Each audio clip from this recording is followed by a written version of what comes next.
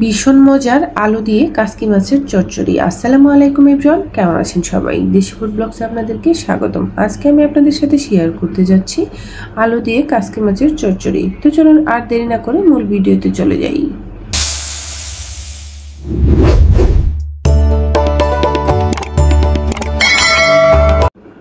এখানে কিছুটা কাসকি মাছ ভালো করে ধুয়ে পরিষ্কার করে নিয়েছি। কাসকি মাছে কিন্তু প্রচুর ময়লা থাকে, একটু ভালো করে ধুয়ে পরিষ্কার করে নিতে হবে।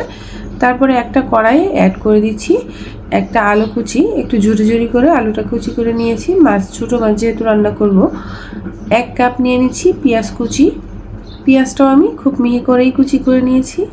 এবার একে একে মশলাগুলো অ্যাড করে দিব। অ্যাড করে দিচ্ছি 1 টেবিল চামচ রসুন পেস্ট, 1/2 টেবিল চামচ হলুদের গুঁড়া, অ্যাড করে দিব 1/2 টেবিল চামচ মরিচের গুঁড়া। মরিচের গুঁড়াটা একটু কমিয়ে অ্যাড করছি, আমি কাঁচা মরিচ অ্যাড করব তার জন্য। অ্যাড করে দিব 1/2 টেবিল চামচ ধনিয়ার গুঁড়া আর স্বাদ মতো লবণ। এবার হাতের তালুতে সামান্য সরিষার তেল অ্যাড করে নিব। এখানে আমি 3 টেবিল চামচ পরিমাণে সরিষার তেল অ্যাড করে দিয়েছি। এবার একটু সবজিগুলো ভালো করে মাখামাখি করে নিতে হবে। খুব সুন্দর করে মাখিয়ে একদম জুসি জুসি করে নিতে হবে। দেখুন আমি দেখিয়ে দিচ্ছি, একদমই কিন্তু অনেকটাই জুসি হয়ে গেছে। এই পর্যায়ে অ্যাড করে দিব কাসকি মাছগুলো। মাছটা অ্যাড করে খুব বেশি মাখামাখি করা যাবে না, আলতো হাতে একটু মাখিয়ে নেবেন, মিশিয়ে নেবেন সবজি মশলার সাথে। অ্যাড করে দিব কাঁচামরিচ। আমি এখানে কাঁচামরিচ অ্যাড করেছি, অবশ্যই একটু কাঁচামরিচটা অ্যাড করবেন। ছোটো মাছের ক্ষেত্রে কাঁচামরিচটা অ্যাড করলে কিন্তু খেতে ভীষণ ভালো লাগে। মাখানো হয়ে গেছে, আমি একটু সুন্দর করে গুছিয়ে দিচ্ছি। এখন শুধু অ্যাড করব সামান্য পরিমাণে পানি। পানিটা আমি হাতটা ধুয়ে হালকা একটু পানি অ্যাড করছি। ছোটো মাছের তরকারি যেহেতু চচ্চড়ি করব, খুব বেশি একটা পানির প্রয়োজন হবে না।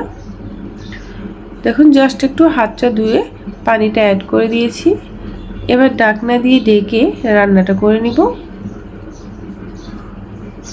আমি 3 মিনিট পর ফিরে আসলাম। দেখুন ঝোলটা কিন্তু প্রায় একদমই কমে আসছে। অফ ক্যামেরাতে আমি একটু নাড়াচাড়া করে রেখেছিলাম। দেখুন হালকা একটু পানিও কিন্তু এখনো রয়ে গেছে। তরকারিটা কিন্তু প্রায় হয়ে আসছে।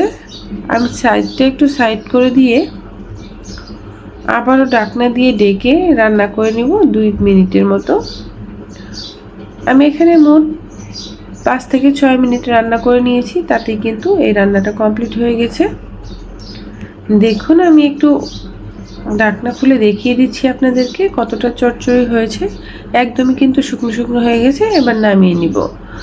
আমি একটা বাটিতে নামিয়ে নিচ্ছি। দেখুন কতটা সুন্দর লাগছে দেখতে, অনেকটাই লোভনীয়, খেতেও কিন্তু ভীষণ টেস্টি একটি রেসিপি। আমি খুব ইজিভাবে সব রেসিপিগুলো আপনাদের সাথে শেয়ার করার চেষ্টা করি। আর ভিডিওটি ভালো লাগলে অবশ্যই লাইক, কমেন্ট, সাবস্ক্রাইব করতে ভুলবেন না। আর যারা ফেসবুক পেজ থেকে দেখছেন তারা অবশ্যই পেজটা ফলো দিয়ে দেশি ফুডের সাথেই থাকবেন। এই তো রেসিপিটি কিন্তু গরম ভাতের সাথে খেতে ভীষণ টেস্টি, অবশ্যই ট্রাই করবেন। আর কেমন হয়েছে কমেন্টে জানাতে ভুলবেন না। ভালো থাকবেন, সুস্থ থাকবেন। আবারও কথা হবে নতুন কোনো রেসিপি নিয়ে। সেই পর্যন্ত সবাইকে ধন্যবাদ। আল্লাহ হাফেজ।